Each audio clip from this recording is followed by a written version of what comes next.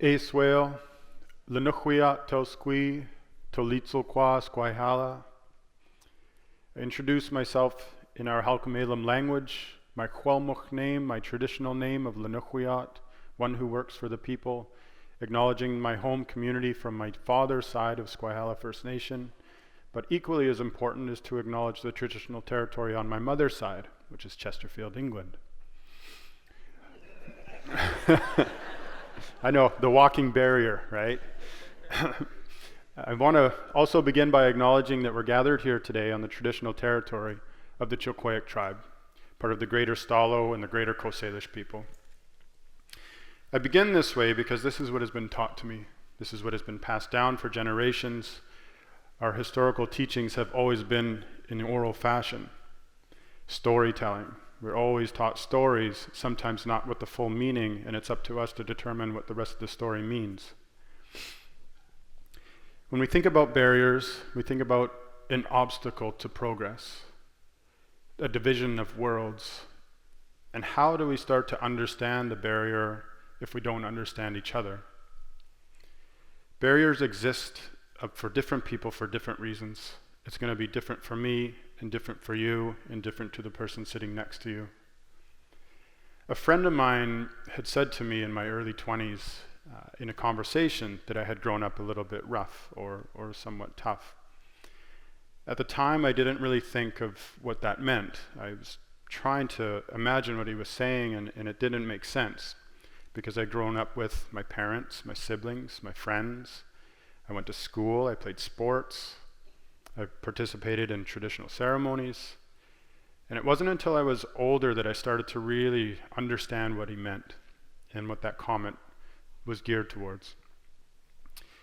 And it was when I started to reflect back on the history of how I grew up on the reserve. My parents had separated at a young age. My dad was a heavy alcoholic in his younger years. And I wanted to share a couple of stories because as I reflected on the memories, then it became apparent what I had been exposed to. So the first story, I'm in grade 8. I had moved back and forth between my parents at the time, and I was living with my dad. He was drinking quite heavily at the time. And a friend asked if I would go and have a sleepover off the reserve, up the road, 5 blocks away. So I had gone that evening. My dad had phoned. I get on the phone and he simply says, "I need you to get down here and I need you to bring something." I knew what that meant. That was, get your butt down here, bring a weapon. To me, thinking about that now, you start to understand the difference.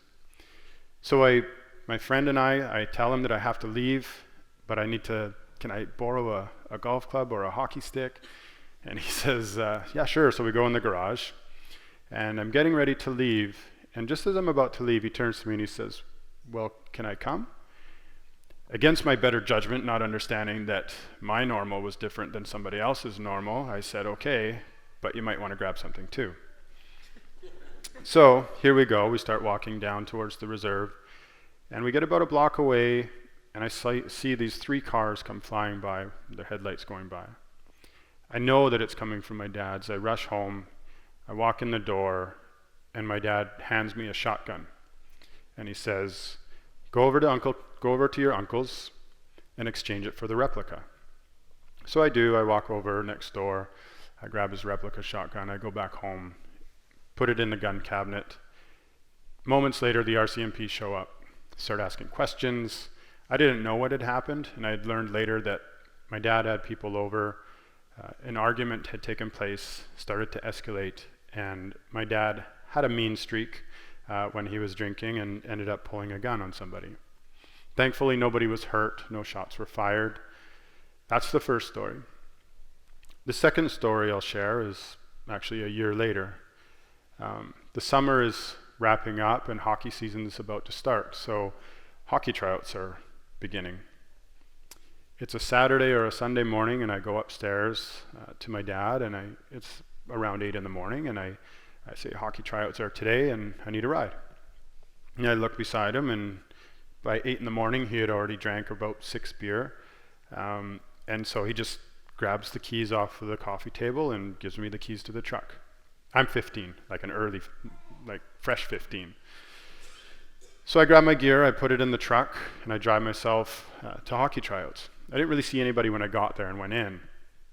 But after the tryout, I came out, and here I am, this 15-year-old walking, and I've got my gear, I throw it into the back of the truck, and this is not a small truck, this is a big 1982 GMC 2500, and parents are walking out with their children, my friends, and they look over, and I'm getting in the driver's seat, and I'm just like, not quite, you can tell I'm not supposed to be driving.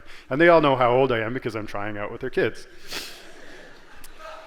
So they all come over, slowly one at a time, and they don't know how to approach me or what to say.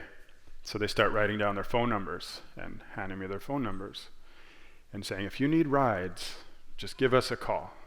So needless to say, I had rides for the rest of the season. But the reason I tell these two stories and share these two stories these are just two out of many growing up.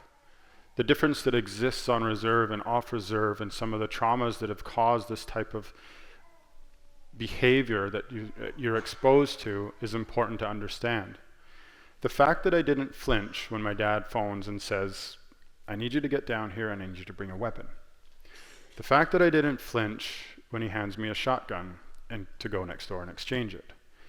Again, going to ask for a ride, here's the keys. I'd learned to drive. We'd all learned to drive a little bit early on the reserve. But that was my normal. And so when you think about the barriers and you think about the history, the important part is we grow up learning about Canadian history. There's a big shift taking place right now, which is exciting to see. The Truth and Reconciliation calls to action. We're starting to see an introduction of the dark history for First Nations people in this country being introduced in curriculum in the education system. The next generation of children are growing up understanding what has taken place, understanding the impacts of the residential school, understanding that a legislation imposed upon an entire people, such as the Indian Act, was so restrictive. You're not allowed to vote. You're not allowed to leave the reserve unless you get permission from the Indian agent. For women who married non-First Nations people, you lost your status. Those are just a few. The list goes on and on and on. And then there's a governance structure that's imposed upon our people, a chief and council system. You're all going to have a chief and council system. You're all going to make decisions in the best interest of the community, and you're going to do it by a band council resolution. Totally foreign to our people, not the way we govern. So ultimately then, we're responsible for municipal jurisdiction, provincial jurisdiction, and federal jurisdiction. Having to make decisions for communities as small as 50, as large as 500. So you start to break down what we have in this country. 203 First Nations in BC, 534 First Nations across the entire country. Here, in our traditional territory, we have 24 bands, 24 Indian Act bands. So 24 chiefs, 24 sets of councils, minimum of 2 councillors per community. So we're talking about 24 chiefs, 60 to 80 councillors for a population of less than 10,000.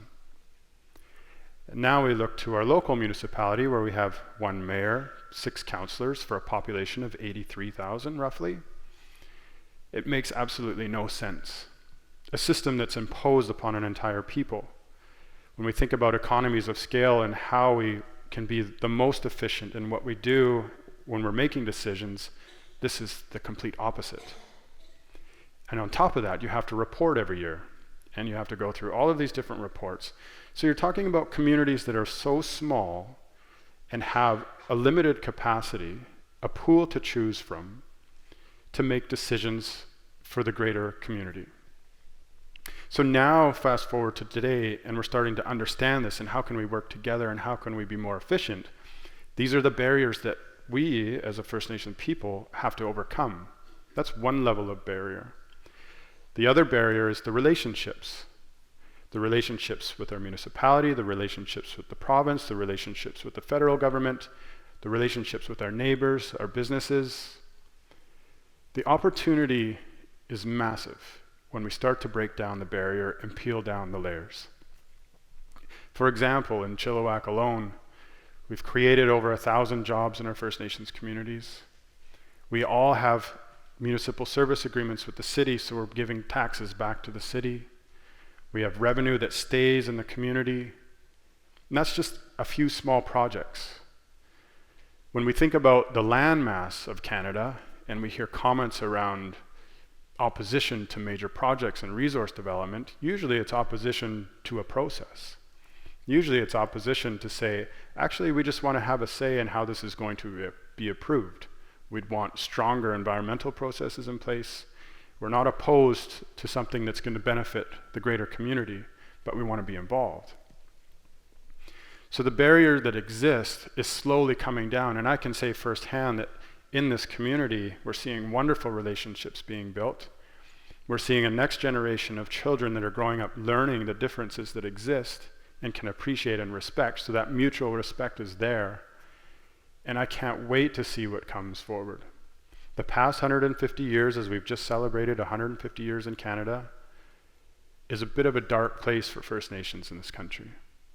But the next 150 years is an absolutely amazing and exciting time to look forward to, because the next generation is learning how to work together and understand one another. The barrier is slowly coming down. I'm excited to be a part of it, and I can't wait to move forward. In our Halkomelem language, we have a word, a saying, and it's Letsamot, Letsathala. One heart, one mind. And when we all start to come together and we work together and see what that looks like, the potential is an amazing opportunity for this country, for our community, for the greater good of our society to move forward as one. And I'm excited. Letsamot, Letsathala.